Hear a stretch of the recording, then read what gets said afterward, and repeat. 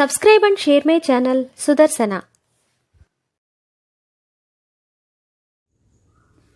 ఓం శ్రీ లక్ష్మీ నృసింహస్వామినే నమః. శ్రీ గురుభ్యో నమః. నరసింహ శతకము 58వ పద్యము.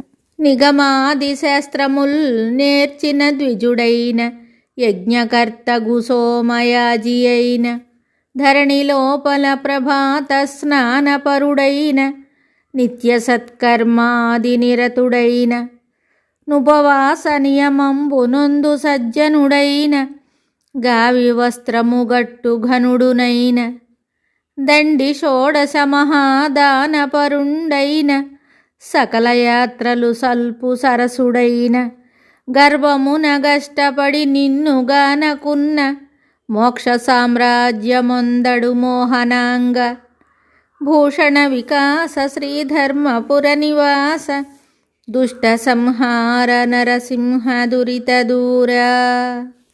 ఈ పద్యమునకు భావము: ఓ నరసింహస్వామి, వేదశాస్త్రములు నేర్చుకున్న బ్రాహ్మణుడైన, యజ్ఞాలు చేయు సోమయాజైన, ప్రాతకాల స్నాన సంధ్యలు అలవాటున్నవాడైన, నిత్యము మంచి పనులే చేయువాడైన, ఉపవాసాది దీక్షాపరుడైన, కాషాయ బట్టలు కట్టు గొప్పవాడైన, 16 రకాల గొప్ప దానాలు చేసేవాడైన, సకల తీర్థయాత్రలు సేవించేవాడైన, గర్వము చేత కష్టుడై నిన్ను సేవించకున్నచో మోక్షమును పొందలేడు.